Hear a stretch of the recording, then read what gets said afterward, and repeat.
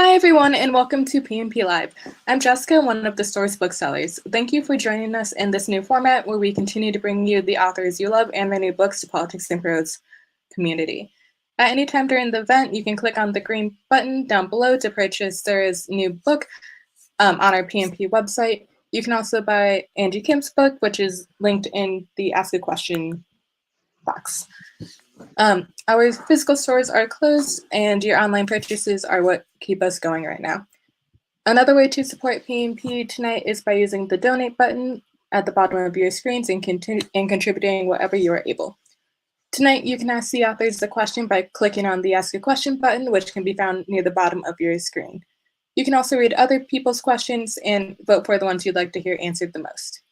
Finally, we want to thank you for being here with us tonight. We are so thankful for our family of loyal customers in keeping our business and our spirit afloat. Tonight, we are thrilled to welcome Sara Sligar to PNP Live. Sara is the author of one of the year's most anticipated debuts, Take Me Apart, which the Kirkus Review calls spellbinding, a raw and sophisticated debut. Tonight, Sara will be in conversation with Angie Kim, who is the author of the national bestseller and Edgar winner Miracle Creek, which was named a best book of the year by Time, The Washington Post, Kirkus, and The Today Show. Kim is one of Variety magazine's 10 storytellers to watch and has written for Vogue, The New York Times, and The Washington Post, among others. She currently lives in Northern Virginia with her husband and 3 sons. Now it is my pleasure to welcome Sara Sligar and Angie Kim to PNP Live. Thank you so much. Hi, Sarah. Hi, Angie. So nice to see you. You too. I'm so excited for this. So excited. Also, I'm really jealous you have a glass of wine. It's too early here. Not too early at all. I never ever do a book event, a virtual event, without a glass of wine in hand, or like a martini or something like that. Yeah, I should have planned. I should have thought ahead. Yeah, it's afternoon happy hour. Plus, you're doing an East Coast event, so it's the same. Right. Exactly. Yes. So I wanted to introduce the book, your fabulous book, which I have here, Take Me Apart. Oh, it's got like a glare to it. Okay, I'm trying to turn it.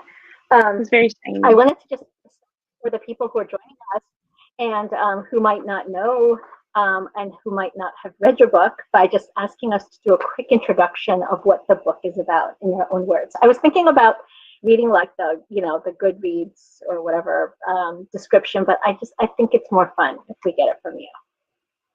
Sure. Yeah. So Take Me Apart is a novel of psychological suspense. It's about an archivist who becomes obsessed with uncovering the mystery of a famous photographer's death. And it's told sort of part through the present, like present day, the archivist's sort of life as she's becoming obsessed with these materials, and then partly through different kinds of ephemera, diary entries, medical records. There's even some receipts in there. All kinds of things that you would actually find in an archive are sort of presented in the book, so you have that experience of like putting it together at the same time. I love that so much, and I'm gonna definitely ask you about that. But before we do, I just wanted to sort of read a couple of things just to make people realize how amazing this is. So from Kirkus, I think this was actually part of your intro anyway, but I wanted to go ahead and intrigue people by reading a longer excerpt from it. Sligar delivers an intriguing mystery while tackling big themes, especially sexism and the societal restraints placed on women's bodies and minds. The results are spellbinding, a raw and sophisticated debut in a starred review from Kirkus. So I just love that so much. Would you start us off by reading just a short excerpt from it, just so we can get a flavor for the voice, which I think is one of my favorite things about this novel? Yeah, so because I guess there are sort of two main voices because there are these two characters who it flips back and forth between. But I'll just read a really brief selection from the beginning of chapter 2, which has the benefit of like you really don't need to know much about it. It's very early in the book, and Kate is the archivist, and Miranda Brand is the name of the photographer whose house she's moved to California to categorize. So I'll just read it first a little bit from the opening. The house where Miranda Brand had lived and died was, on the outside, unremarkable. It was perched on the crown of the hill like a dollop of mayonnaise on the bald curve of a hard-boiled egg. The color might have been beautiful once, but the wind coming off the ocean had beaten the paint to a drab gray, the same shade as the sky, so that in some places it was hard to see where the fog stopped and the building began. 2 overgrown lemon trees fanned across the front, their tallest branches just brushing the windows of a 3rd floor. It could have been any house on any hill in a coastal town, east coast or west, and yet as soon as Kate saw it, her heart gave a strange, swift beat. Maybe it was just exertion. In a terse, unpunctuated email a few days earlier, Theo Brand had given her directions to the house via a walking path from town, as well as the combination for a lock on the gate to the property. Kate had imagined an easy stroll, but instead she had found herself climbing a steep, tangled furrow through redwoods until sweat bloomed between her shoulder blades. As for the gate, the lock was so rusty that she had spent 5 minutes scraping it with a bobby pin just to get it open. Despite the delay, she was 15 minutes early, too early to knock. She stood at the edge of the clearing, eyeing the house and huddling into herself to stay warm. It was colder here than she had expected. The morning air is wet and icy as a dead fish, and all the little hairs on her arms were standing up. Dinner last night had been weird, her aunt and uncle tossing out information on everything from area hikes to the guest room toilet's quirks to the local beach's rules, while Kate chewed an overcooked steak and tried not to worry about her new job. Kate had dismissed her aunt's concerns in the car, but the truth was she had spoken to her new boss only once before, a brisk 30-minute phone interview during which he had shared almost nothing about himself. Afterward, through Google, she learned he had gone to Harvard, bounced between a few successful internet startups, and now ran some computer-related consulting business, which had gotten him featured on an important 35 under 35 list for the tech industry. His name came up in a few magazine articles, and, of course, in his father's obituary from 6 months ago. But the press coverage was bland and uninformative. In interviews, he declined to comment on anything unrelated to work. The only personal information Kate had found was a line item in a Bay Area gossip blog about his divorce last year from a woman named Rachel Tatum. Not a single article where he spoke about his mother. Kate had been on the wrong side of enough news reports over the past year to understand the desire for privacy. On the other hand, she had taken this job assuming she would learn more about him at some point. She had figured that they would talk again before she moved all the way across the country, or that he would send detailed instructions about what exactly the work would entail. She had meant to do a deeper dive into the tech blogs. Now, as she stared at the house, she realized that she had gotten so distracted by the logistics of moving that she had done the unimaginable. She had stopped researching. The critical moment was here, and she had run out of time. This was it. This was all she knew. Okay, I'll stop there. Oh, thank you. That's so wonderful. I love the voice of this novel so much. And there are, lots of different. There's the 2 main women who are, speaking to us from different decades. And then also all of the sort of archival materials and things like that. But I just still feel like overall there's just a rhythm to the prose that I just find so beautiful and gorgeous. So thank you so much for that. Thank you. That's so nice. So I wanted to start by asking where you got the idea to do this. This is your first novel, and just tell us a little bit about how you came across like the ideas of mixing, this photographer, so the art world, and this archival method of recollecting somebody's life and sort of memory, as well as mental illness, all the feminist strains. There's so much in there, and I just wondered where you got sort of the premise from.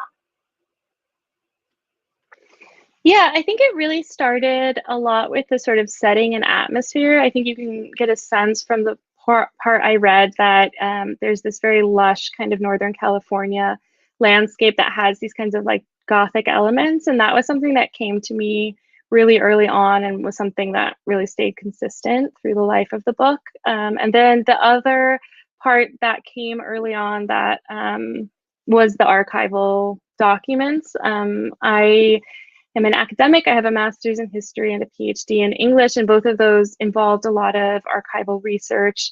So I spent a lot of time in archives and kind of had that experience of getting really sucked into a story and trying to figure out what happened 50 or 100 or 150 years ago. And I wanted to recreate that excitement for the reader, but I also wanted it to have a kind of like realism and to talk about the things that go missing from archives and the difficulty and impossibility of finding some of those things. So I wanted to kind of like balance that and use that experience of being like an archive detective in a way and kind of put that in conversation with the being an actual detective or like trying to solve a crime. Yeah, I love that. You know what that reminds me of a little bit is because one of my questions for you that I've been dying to ask you is just the way that you took the structure and the narrative modes that you have throughout the novel that sort of go back and forth between the close third person that you have with Kate, who's the archivist. Am I saying that right? I don't know if it's archivist or archivist, but in any case. Archivist, yeah.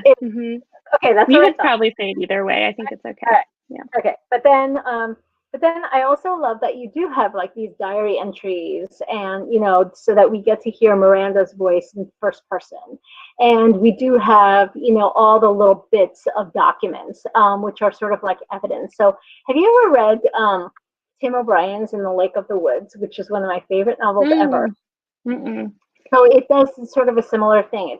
It got a mystery element to it, and what he names his evidence, I believe, and so he has lots of like testament, like deposition testimony, and he also has documents, things like that. And I love how the archival documents do they would sort of almost be the kinds of things that you would see as evidence in like a legal proceeding or whatever. So having been a lawyer myself, I sort of thought that was really fascinating how you sort of put those through. Did you always know from the very outset that you were going to use all of those elements together in this way rather than just doing a straightforward like first person or third person, even alternating, and do these different formats, which I think like break up the narrative, but in a really interesting way and make it so fun for us?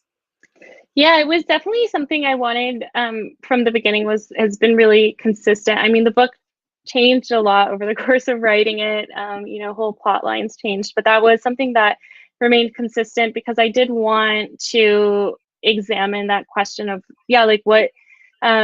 what gets left behind, what are the sort of documents that we carry with us that might tell a story about our lives, and then who in reading the documents and finding them actually gets to tell that story. So I think there's that's one part of the similarity between legal evidence and this kind of like historical evidence, is that they are sort of fixed documents that are still subject to interpretation and need to be like interpreted, whether that's being interpreted by a lawyer for the defense or for the prosecution, or whether it's a historian interpreting it and trying to put it in some kind of larger historical context.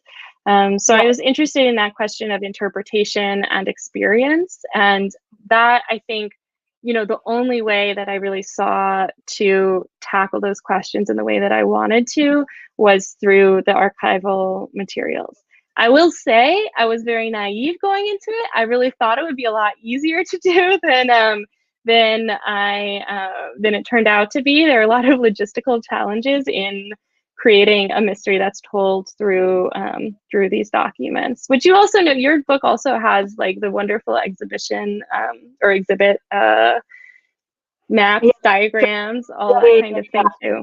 Yeah, I love that too. It's not nearly as much as yours, but that was, to me, in writing, that was sort of a breath of fresh air to create, because when you're writing like prose, you know, like regular third person narrative, I feel like that's harder for me. Like I'm much slower at creating those, you know, let's say 2 pages of prose versus 2 pages of that kind of evidence or whatever, you know. It's just because you don't have to worry as much about word choice and cadence and rhythm and things like that. What do you feel similarly, especially since you're an academic as well, so you do a lot of academic writing? Do you feel like there's a difference between the way that you tackle academic writing versus, you know, fiction writing, especially prose? Oh yeah, totally. I mean, I think those are like completely different. They're like different sort of tools or parts of my brain. I mean, I do think when I do academic writing, you know, accessibility is really important to me. I think I work pretty hard at making my language and logic as clear as possible. So I think it's probably like maybe there's like a little bit, maybe you could see some kinds of stylistic similarities, but really they're like two totally different things with totally different demands. But I do agree that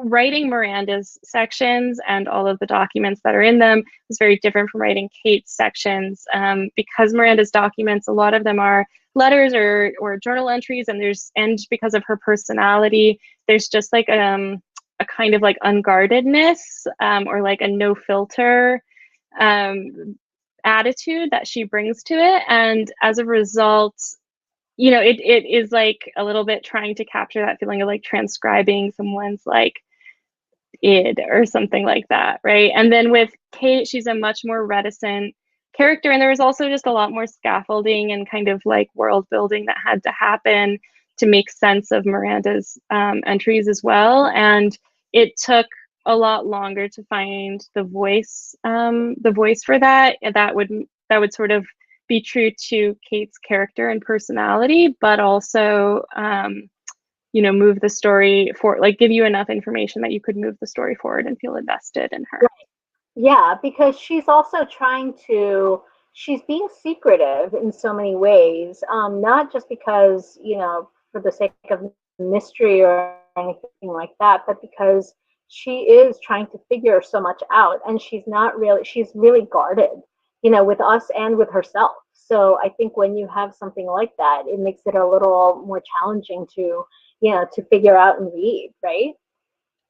Yeah, definitely. I mean, it's like this book is there's like several layers of like dramatic irony, because there are things that the reader knows that Miranda might not know, or that Kate might not know. There's like a lot of sort of different areas of knowledge that you have to balance, which is true in any book. And I was actually thinking about your book in this context the other day, because you had to balance so many different characters in Miracle Creek and the different things that they know. It's a consideration in any kind of book, I think, and especially in any kind of suspense or crime novel. But it was a kind of different challenge because of the different time periods. It introduced like a different kind of level or layer of dramatic irony there, that was challenging to master. Okay, so that actually reminds me of something else that I wanted to ask you about. Okay, the question of genre, just because you were like, oh, you know, suspense or whatever. So how do you categorize your novel? I was fascinated the other day. I came across a comment that you left on a bookstagrammer, Jordy, who had sort of posed the question of what is suspense versus mystery versus thriller versus crime novel, like, or something like that. I can't remember exactly all the ones that he brought up. And you had like you had a lot to say, and you had definitely thought a lot about it. So tell us what you think about the genre sort of terms that we use and what you consider your novel to be. Yeah, I mean, I thought Jordy's post was really, I don't even remember exactly what my comment was, but I do remember that his post, which everybody could see if you go on Instagram, Jordy's Book Club. He has a great Instagram. It's really enjoyable. He posts great reviews and pictures of books that he's read. And he had this like discussion about genre, as you're saying, and he had like a really interesting way of distinguishing between them. I think it was about like the things that people know at different times or something like that, in a way that I hadn't conceptualized genre before. I think the best description of Take Me Apart would be like, and it was also, sorry, you cut in and out a little bit. What did you say? oh, sorry, no, go ahead. No, go ahead, and then I'll tell you what I was going to say. Go ahead. Oh, okay. Yeah. I mean, I think the best way to describe Take Me Apart would be like literary suspense. It unfortunately there's not like a noun for that, so we also sometimes call it a thriller, which I think, you know, people have really different definitions of what constitutes a thriller. And so, you know, it's not a kind of like political thriller where, you know, there's like CIA agents like jetting between like Venice and Rome or whatever. It's definitely a kind of character study of these women. There is like a mystery and suspense element, trying to, you know, discover what happened to Miranda Brand and the different secrets that, as you may have intuited from the reading, Kate has a lot of different secrets of her own as well. So I think like, but I will say also that the other thing I think that makes thriller a good term for it is that the book is very dark. It has some really dark material. I mean, there's also some, you know, some hints of lighter material as well, and some comedy and some romance, but it handles pretty dark material. And I think that thriller kind of conveys that for me. But definitely people have different judgments of what makes genre, and it evolves over time. So I don't have like a definitive prescriptive answer, but that's, I guess, how I would describe or characterize the book. Yeah, no, I think in my I read it and I gave I blurbed it, and I think in mine I said that of course it's a stunning debut, but I think I characterized it as a literary feminist thriller, because to me it does. It has that sort of, we're trying to figure out sort of an answer to why did this woman die? You know, was it whatever people think that it is, or, you know, was there something more sinister going on? And so there's a lot of that to uncover. So there's that mystery element, and then there isn't sort of the action thriller where somebody's life is in peril, although I guess it could be. But it definitely has just sort of that attention to the sort of subtle character moments and the beautiful writing style and voice and prose that just, you know, makes me think that it's not just, you know, the kind of fun beach read that you think of when you say a word like thriller. You know what I mean? So yeah, I think it has like that, like like I feel like a thriller also to me is kind of propulsive, or like, you know, you want to keep reading and it's very absorbing. And I have heard from some readers that they think that of the book. I worked hard to create that feeling. So, you know, hopefully that's there. But I think that's part of the beach read element as well, that kind of propulsion. Yeah, definitely. But back to my description of your book, which is as a literary feminist thriller, the feminist part. I want to talk about that a little bit. So there's Me Too sexual harassment type stuff in there. There's motherhood. There's so much about motherhood and sort of how that confers power and powerlessness to women and their lives, and not only motherhood, but like the act of being a wife and being a good wife. And there's this one quote that I remember that I underlined: men control so much of women's lives: homes, finances, sex, happiness, work. One of the characters says that. And I just wondered, like, is that something that you feel like you set out to do? And is that something that you've been in conversation about a lot? Because I feel like, to me, that just struck me as just such a powerful element of this novel that made me want to just sort of recommend it to lots of other women, especially, I mean, men too, obviously, but not that you have to be a woman to appreciate feminist strains in other people's work. But so just talk a little bit about that, and because I love that you, especially like motherhood, since you know you are young and you haven't had that, like you haven't gone through that yourself. So just wanted to find out more about that. Yeah, I think Yeah, there are a lot of different elements that of the book that address feminism and different aspects of women's experiences. I think the motherhood element, which is that Miranda, the photographer, has this really this extreme tension between being a very young mother and her art, and deciding which one to prioritize at different moments is very hard for her. I wanted to write a character that that had a little bit of so my earbuds might die of, but we'll see. I think it'll be okay.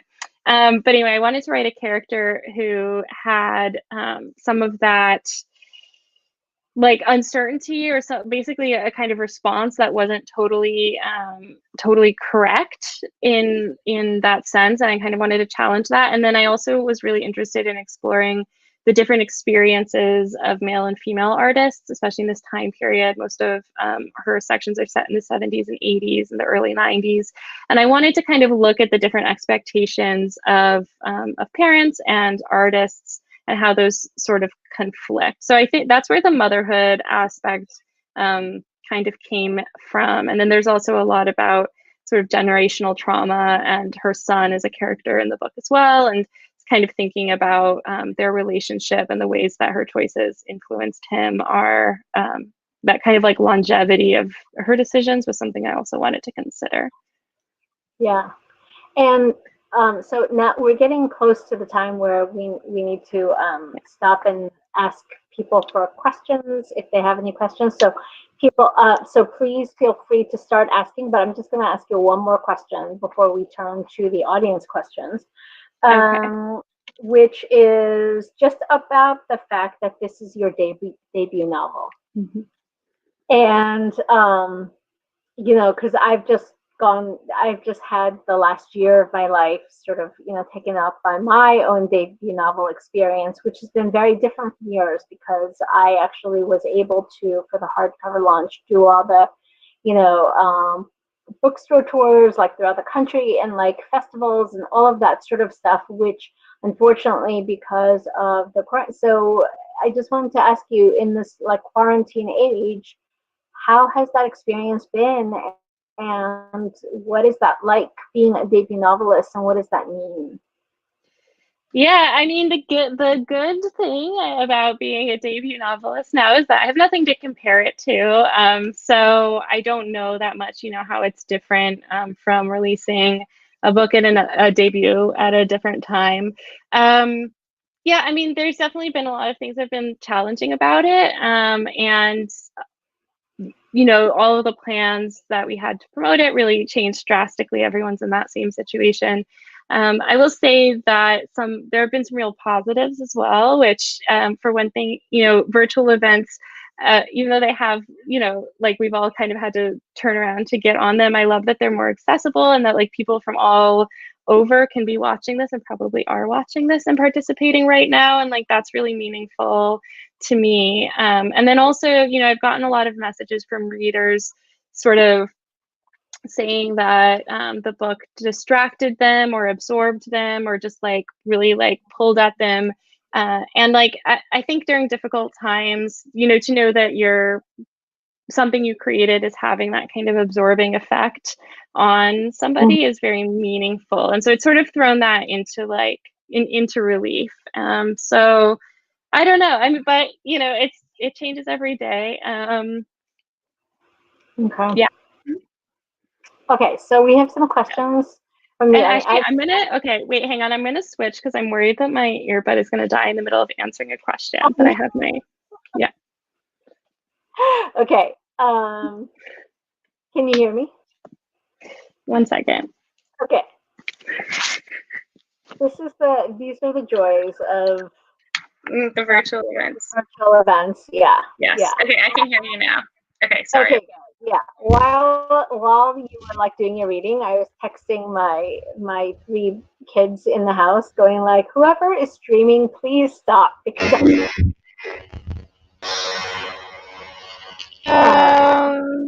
okay, I don't know if it's just me, but I'm hearing like really bizarre things. Well, it's just me. But Alan, if you can text me and let me know if you're hearing bizarre things or if it's just me, that would be great.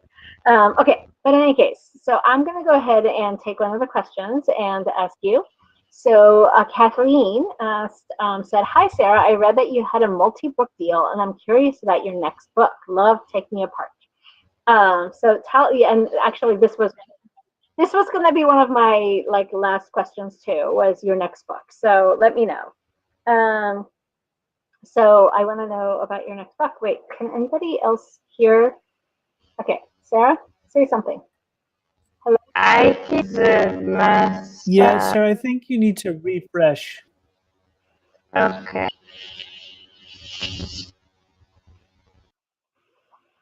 Uh-oh. Okay, so we're waiting for Sarah to reconnect.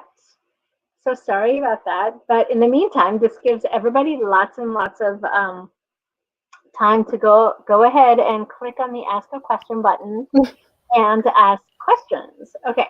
So Okay, is this better? much better. I can. Oh, good. Okay, I'm sorry about that. Yay! All right, cool.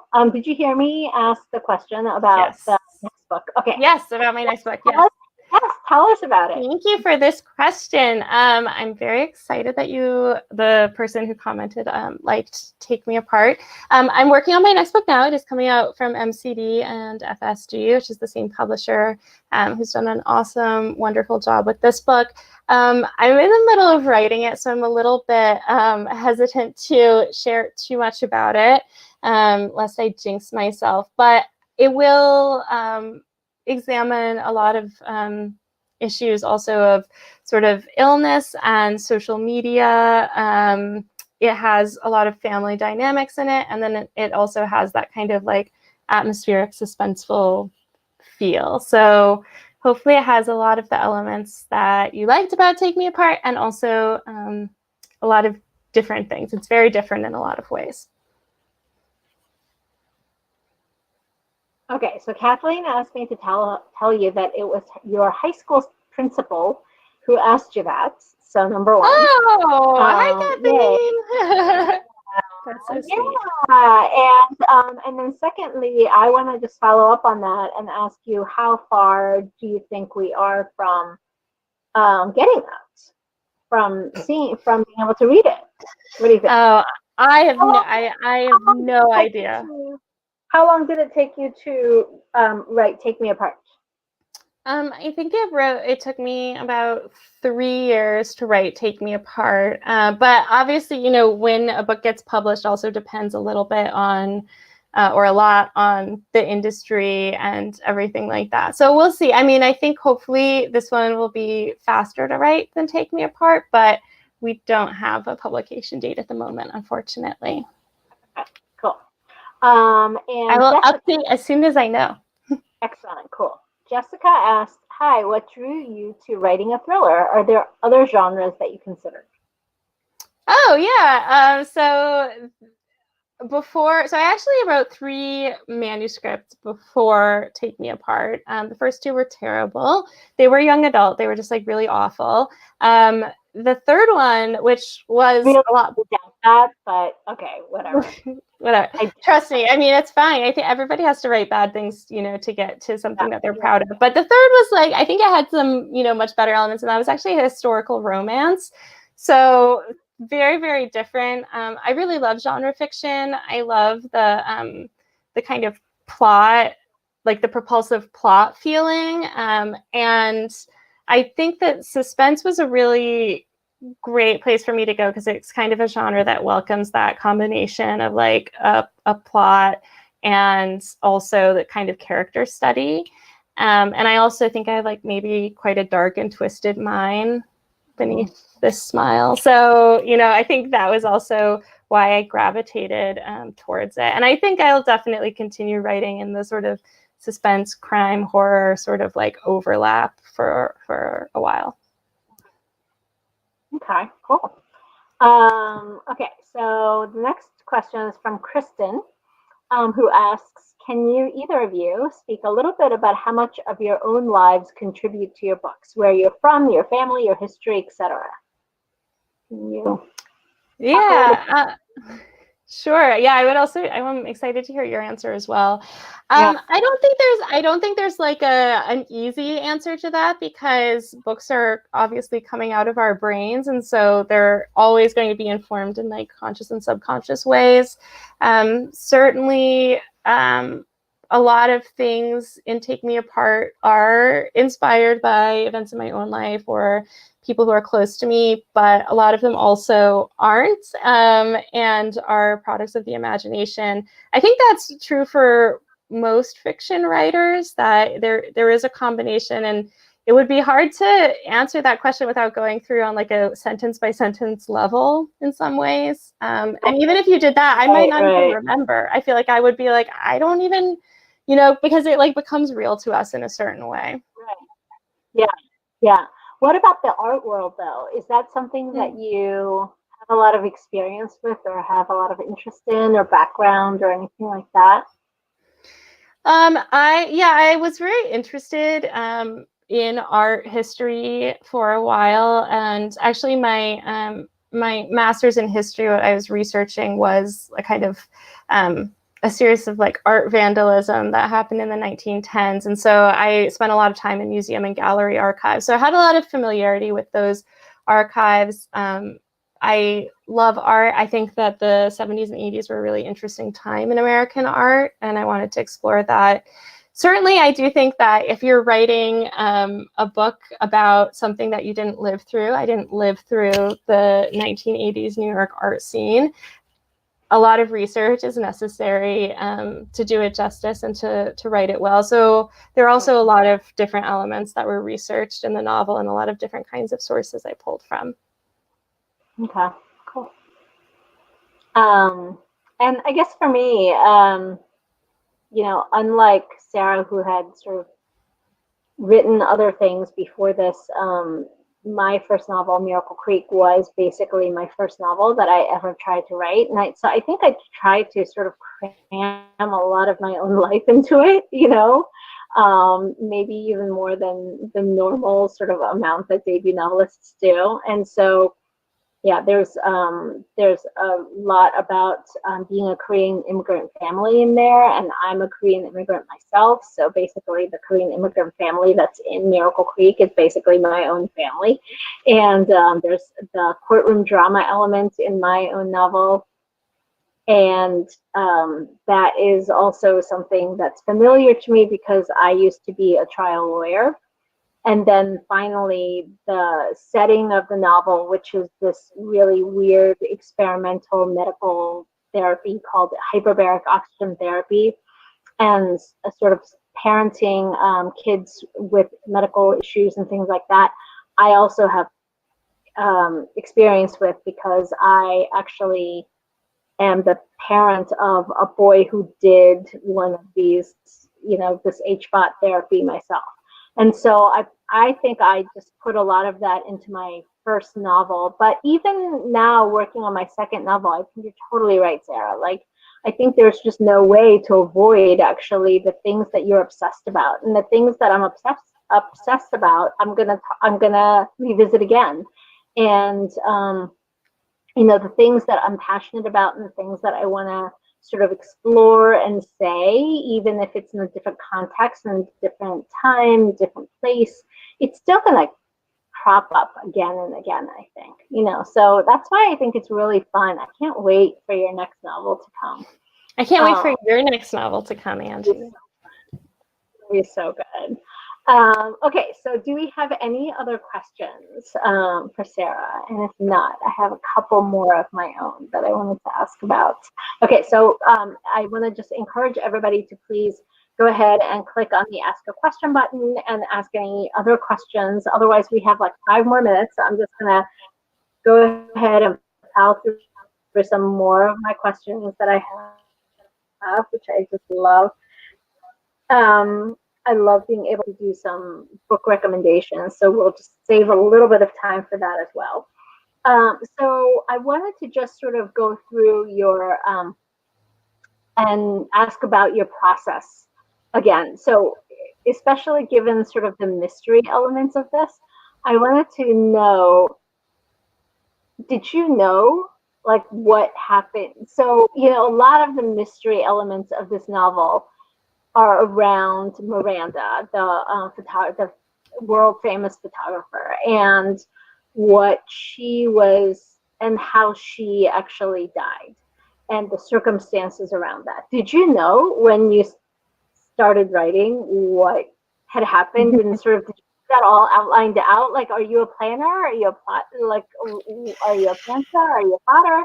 How is that? I did not outline it very well before before starting it, and as a result, I had to do a lot of revisions. The ending totally changed many times. Actually, there were like whole Like other characters. Yeah, the ending. Well, no spoilers, but yeah, the ending. Spoilers. Yeah. But I don't know. So did you have another ending in mind in which Miranda died a different way? Like there was a different explanation than the one that we are currently giving, which I'm telling you, everyone, it's really good and it made me cry. But anyway. Yeah, I mean, I think that certainly the way the book ends is the way the book had to end. I think it's the right